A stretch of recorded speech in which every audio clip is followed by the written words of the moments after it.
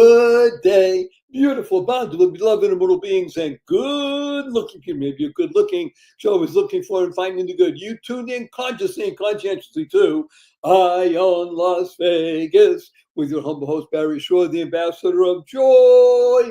Notice I didn't say the ambassador of joy, the ambassador of joy, and we are just going to be in a tsunami of joy and gladness and happiness that you're going to be amazed. You're about to meet George P. He is one of the greatest talent agents, producers that this country has ever seen. And we're just going to regale you with all kinds of interesting insights into people from what we'll call, for want of a better term, yesteryear.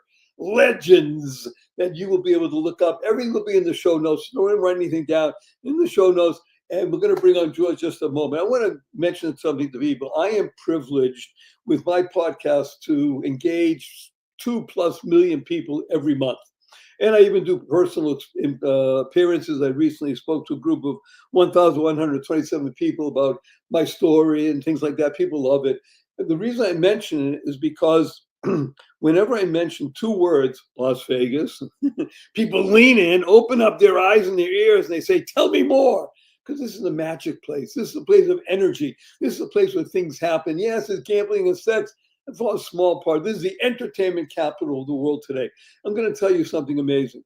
If you take the entire population of New York City, the entire population of Chicago and everybody around it, the entire population of Los Angeles, everybody around it, and you add in the entire population of the state of Florida, it doesn't equal the number of people that come to and through Las Vegas in a year. 41+ million people come through here. Why? Because it's high energy. Things are happening. And there ain't nobody that's more happening than the amazing, wonderful, fabulous George P. George, please say hello to 529,717 people around the world. Well, that's a bunch. That's more than a bunch. Well, George couldn't make it. He wanted you to know that he's having his car washed and he'll be back in about an hour and 10. So he wants me to fill in for him. My name is Jaime. Okay, Jaime. Well, first of all, pleasure to meet you, Barry. Pleasure to meet you, my friend. Las Vegas is not Jaime Town, but we have Jaime here with us today. And actually, it probably started that way from the history of this amazing city. I'm going to tell you a couple of things about George. Again, everything is in the show notes, so don't write anything down. So if you're watching, you're seeing an amazing being. He's dressed in black like me. He's white hair like me. He has a beautiful smile like me, bright eyes like me. And he's absolutely one of the most entertaining people in the world. I aspire to be like him. Now, the reason I mention is because George began booking fabulous talent in 1980, in the 80s. So he was in his 20s. So he was dealing with people that were 20, 30 years older than he was. He was so cool. He was so capable that they trusted him. I mean, that's a big thing. For a major person, or even one that's just beginning, now he's a legend, to be able to trust a younger person to get the bookings. And the bookings then those days were in New York as well as Las Vegas and such. So you're going to hear some stories from big names that you may not know, and that's why they're in the show notes. Look them up because they're big, wonderful, important people who made a contribution, by the way, not just to Las Vegas, but to the United States and to the world when it came to be giving over great stuff. So let's just begin, George, with your permission. Let's begin with a big name in terms of, we'll start with some comedians. So there's a famous person named Uncle Milty. Milton Berle, Berle, Milton Berle. Milton was in a class by himself. Am I correct on that? Well, yeah, he not only was in a class by himself, he was the first TV star. He had the first television show ever. And it was the Milton Berle comedy hour, cavalcade of comedy or something like that. He had the first national television show, and the entire country would turn on to Milton Berle on, I believe it was Saturday night, and they would watch. He was called Uncle Milty to the world, and he had every big star that was of that era. Now we're talking about, I think, the 50s, the beginning of the 50s, when the inception of television. And he was Uncle Milty, and everybody turned into there was nothing else to turn into. That was the show. Milton Berle was the superstar, the first superstar of that period of television. So did you have a chance to meet him or work with him at all? I met him a few times. I met him first in Miami Beach when I was probably about 12.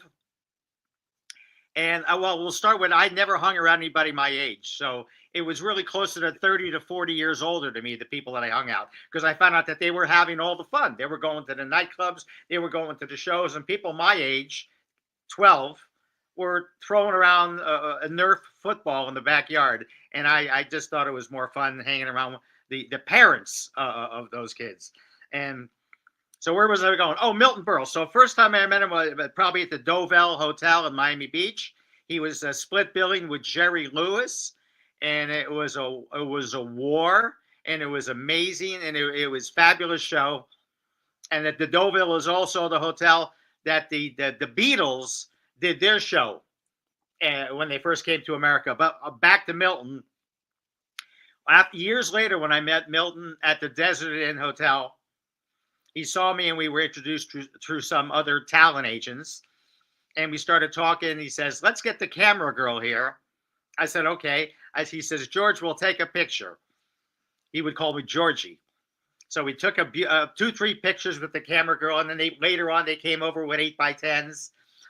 He says, George, put that in your office, because then you'll know that you owe me a date. I want to work for you.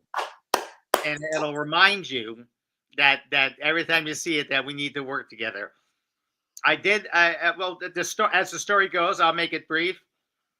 I booked him into the Riverside Hotel in Laughlin, Nevada, the Celebrity Theater, which sat about 900. Well, that's a big, wait a minute, that's a big room, 900 people. That's a big room. Now, the deals they do there, they do door deals, which means the performer gets a percentage of the door, a large percentage of the door, so they'll do very well. Milton, I believe, has never done a deal like that. And I said, well, I talked to his manager also, who was actually older than Milton. He was about 90. I said, don't worry about the counts, how we're doing. They're going to invite a ton of hotel guests, all the slot players and all the gamblers. And so before you even actually sell a ticket, you're going to really do very, very well money-wise. So his attorney started calling me and said, George, what's the count like? Now, keep in mind that it's seated close to 1,000. And I said, I didn't really want to go there, because if they heard the count, it might spook them. They didn't realize that out of the 950 seats, probably about 650 were going to be given away. So it was going to already be a success before he went there. Mm-hmm. So he started calling. He wanted to know what the counts were. And I avoided it as much as I could until I couldn't anymore. I said, well, we were going to be there for 5 nights. Wow. That he was going to be there for 5 nights. So the counts were like 120, 150, 200. But I knew they were going to be add 500 tickets more. So it was already a success before he went down there. Right. Well, I had in the back of my mind, it's Uncle Milty, and Uncle Milty and Milton Berle had a very big ego. Understandably. Huh? In other words, the bigger the star, the bigger the ego. Is that fair to say? Not in all cases, but in many. Okay. Not in all cases, but many. As far as in my experiences. So now, after that, we got closer to the date. Within 3-4 weeks, they wanted to know the counts. Maybe it was 180, 200, 250. And then I knew it was going after that. His attorney says, we're going to have to cancel the date. And I said, why? Why would you cancel the date? He's going to do great. It's going to be full. Well, the ego of Milton Berle, he didn't want to know how many comps there were going to be. He wanted to know how many paying people, how of his fans that were going to show up. But he didn't realize the slot players were all baby boomers and they were all fans. And so he canceled the date, and I knew it was going to be very successful. But on the ego side, he couldn't handle there were only 200, 250 seats sold out of 950. He didn't understand the concept that the rest of the people were all invited guests, all in his age group. So he had nothing to lose. It was going to be clear. So we never we never did the deal with Milton, but I have the contracts and the correspondence with the attorneys. But he would always say, "Call me at the Friars Club." He used to go to the Friars Club in Los Angeles 6 days a week, and he would always call me at dinner time, 5 o'clock. Just ask for Milton Berle's table, and he was there. So I don't if your audience looks up Milton Berle, they'll find out that he was a major player in showbiz for about 50, 60 years. Okay, I want everybody to understand what George just said. Not just that he was a major player. He was a major player that spanned decades, and the place called the Friars Club, Friars, Friars Club. And I'm happy to tell you, George, I've been there. I've eaten there, been with people. And yes, you walk in there, even when I went in, this is 30 years ago, and your head is turning because you see the people that you know, the faces that you know. Okay, they're older, but it doesn't matter. These are people who, again, they were the bedrock of entertainment in the United States of America, which went worldwide. Isn't that fair to say? It certainly was. And just as a note, the original Friars Club was in Manhattan. That's where everybody really went. And the second location they opened in Los Angeles. And sadly, both locations are closed. Right. But they served a huge purpose. Everybody who was anybody in showbiz wanted to be invited to the Friars Club because you couldn't get in. You had to be a member of the Friars Club. Right. So I only went because I went with somebody who was a member. Right. And they used to have these wonderful events called the roast. Yes. And, okay. Well, that's, again, people look it up. That's, you mentioned the Beatles. So I think that you had said to me before we began that you actually had an interaction with Ringo Starr. He actually did a couple of shows for my company in 2014 and 2016. We did shows together. Here's a great story about Ringo Starr. We at Lewiston, New York. There's an outside venue, and I believe he drew more people that's ever been drawn to this outside venue. And there were probably about 6,000 people there. That's a big venue. That's a big venue. And what happened, it was one of these days where it was raining a lot and heavy. Oh. But they weren't worried. The people there, they had their umbrellas, they had their raincoats, and they were going to stay outside, and they were not going to miss Ringo Starr and his all-star band, which is a lot of other big stars along with him. What they were concerned about, if it was going to lightning, they had to stop the show, but rain, you're fine. So as it got closer to the show, the weather changed, and it started lightning. Oh. And so we held the show for about a half hour. Then we held the show for another half hour. And I was really worried that they were going to cancel the show because the person who monitors the weather, it's not a choice. They have to cancel it if it's lightning. So I saw the promoter, and he had a golf club, and he was hitting. Okay, I want to ask you a favor. Everybody's on the edge of their seats. They want to know what's going to happen. And we have sponsors that love us. They're going to come in right now. Don't go away. There's more. I can't wait to hear what's going to happen, too. Yeah, you're going to find out if the show goes on. Be right back with this brief message. Don't go away.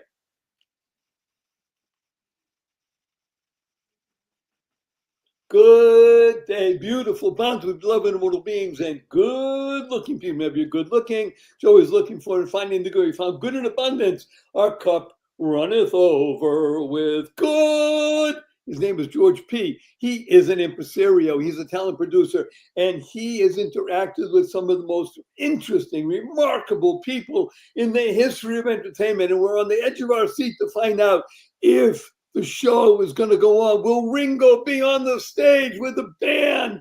Please tell us, George, what happened in Lewiston, New York? Yeah, I don't remember. It was a long time. No, anyway. So what happened? The promoter was hitting a golf club against his golf cart. He was very upset because they postponed the show almost as long as they could postpone it before they had to cancel it. Oh, And I knew what happened. I knew why he was hitting the golf club against the golf cart. He said, we're going to give it another 10 minutes, 15 minutes at the most. If the lightning doesn't stop, that's it. The show's over. Of course, the performer must be paid. are you serious? If it's in the clause. And what happened, the promoter did not get the insurance in case there was lightning. In other words, he was going to have to pay for the entire show and not get his insurance money back. He would have lost all that money, which is a large amount of money for somebody like Ringo Starr. But what happened, about 8 minutes into the 10 minutes that was left, we were going to cancel the show. Within a few minutes, the lightning paused.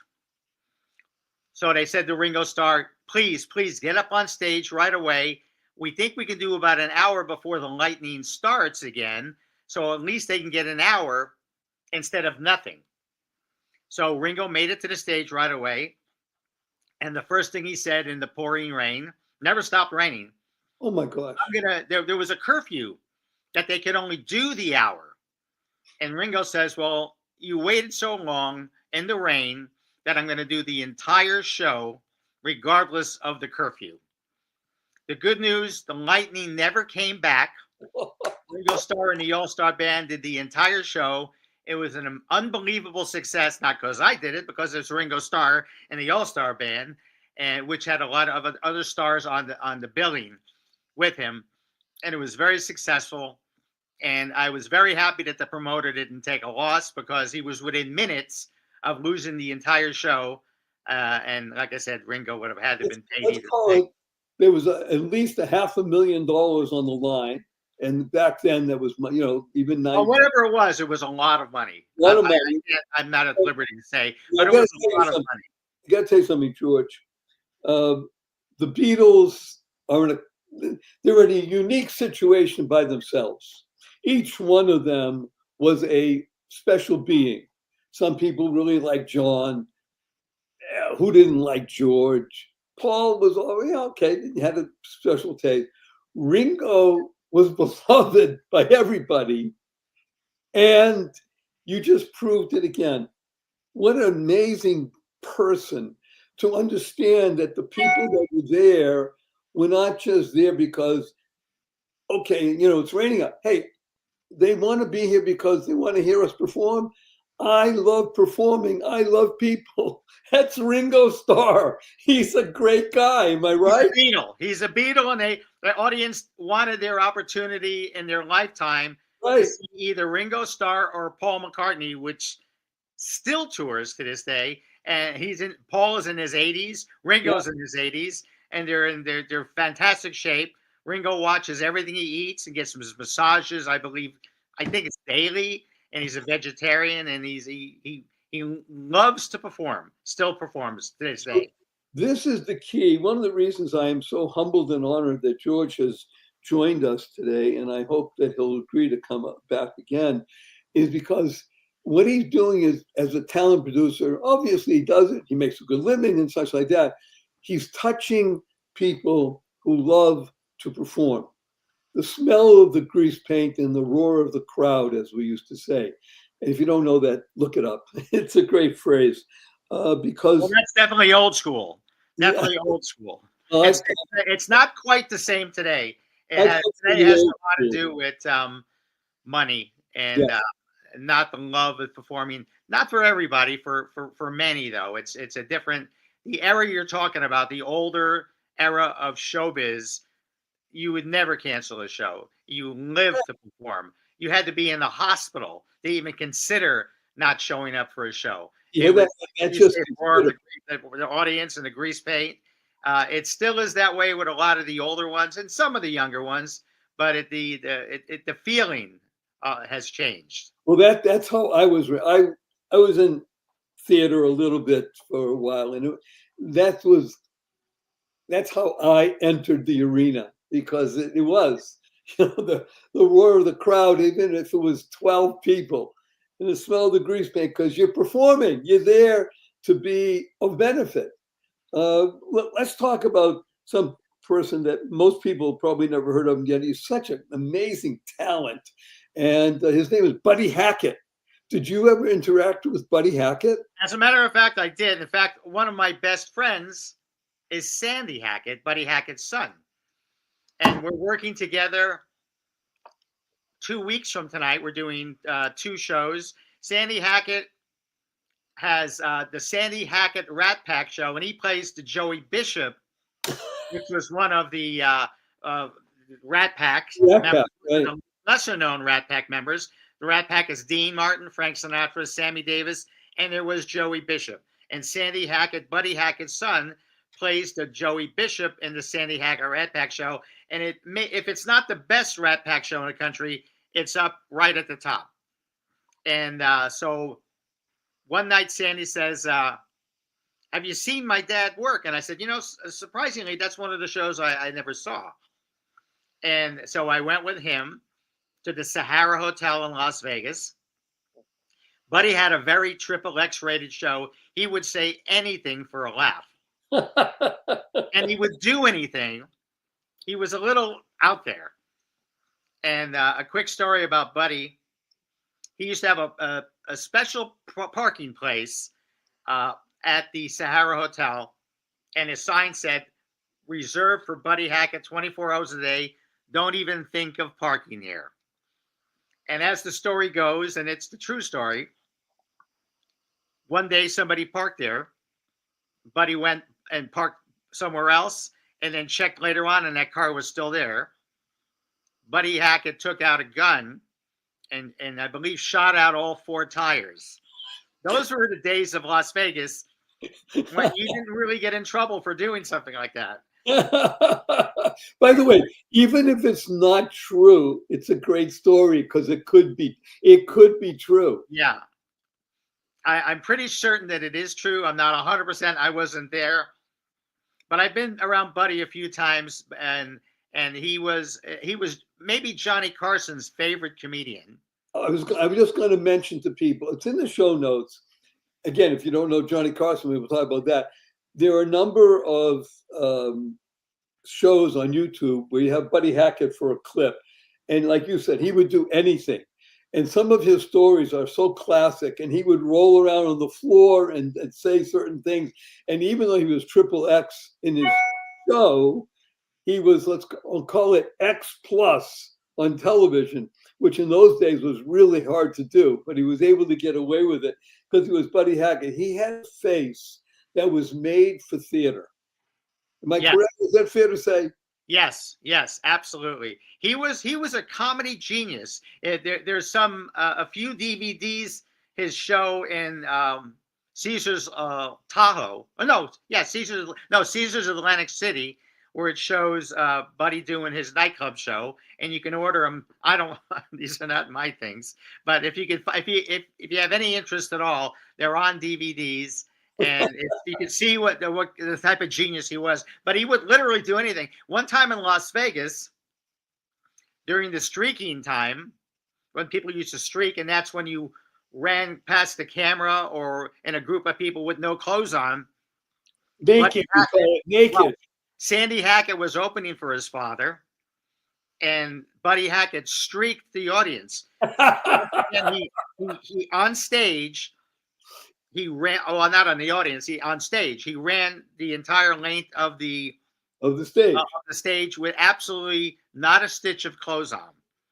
And once again, that was in the time period when you can get away with things like that. Of course, now you'd be arrested immediately. Just to put it in perspective, he did not have the body of a George Clooney. He was short and heavy. He was kind of round. Right. Okay, he was the Pillsbury Doughboy. Yes, exactly. I'm just even picturing that. Oh my gosh, it's just too funny. Part of the genius of a comedic genius is timing. It's not even so much the words, it's the timing, the ability to understand how to phrase things in such a way that you capture and create that situation. Is that fair to say, the people that you worked with? And you learn that through years and decades in the business. You like a sponge. You years ago when they had all the great nightclubs, and when I say great nightclubs, I'm talking about showrooms and theaters, and where you had full orchestras, and the orchestra was dressed in tuxes, and they would have dinner shows, and the maitre d's would all be dressed up, and the audience all had jackets and ties because they wanted to. It was, you also had to, but it was different to dress up for an elegant evening out to see a great performer, whether it be a singer, a comedian. They would dress accordingly, but that's where all the comedians got their chops. That's where they learned how to deal with an audience, how to tell a joke, how to tap dance, how to sing, how to endear yourself to it. It's how you became an entertainer. It's much different when you go on stage and just sing some songs and they don't know anything about you. But years ago, you had to do it all. You had to be a comedian, you had to be a singer, you had to be an actor, you had to do it all. And that's where you learned in the nightclubs.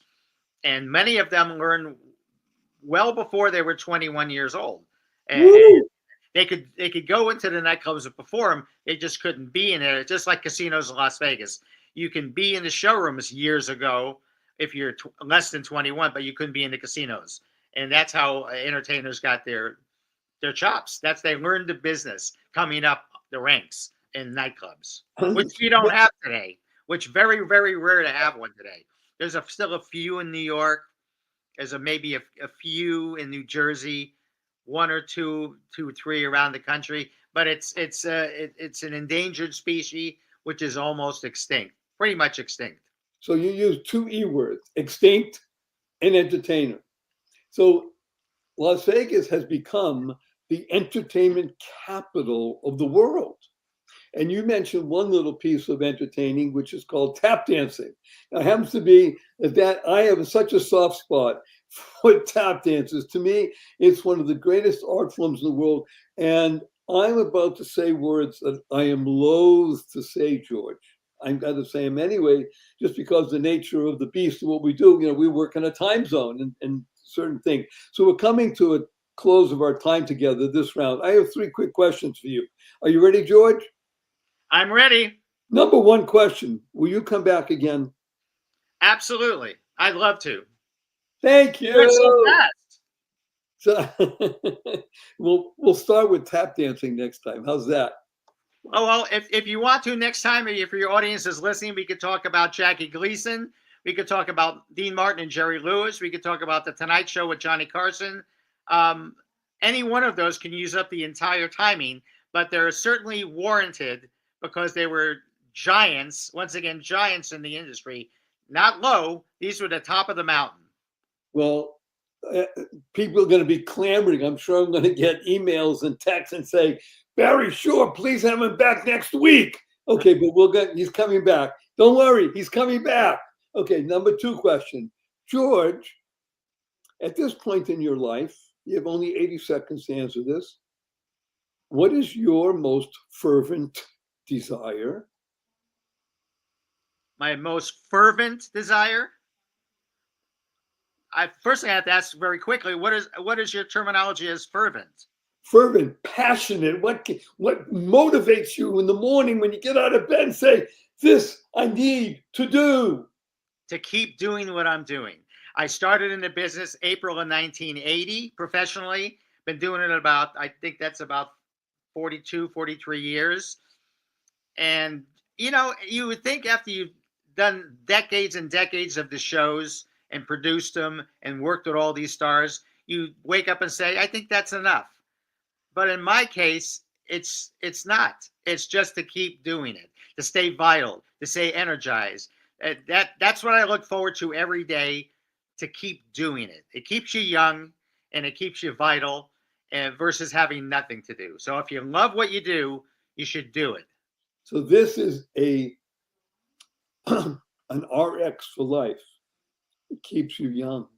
purpose, positive, powerful, pleasant aspect of life. And number 3, George, may I give you a hug in front of 531,917 people around the world? Let me tell you what HUG stands for. Heartfelt, unlimited giving. Here we go. 1, 2, 3.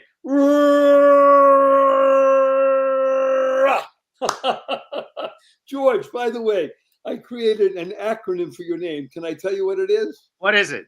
Okay, GEORGE. Ready? Right. Generating energetic, ongoing rewards graciously every day. Oh, how beautiful. Thank you for that compliment.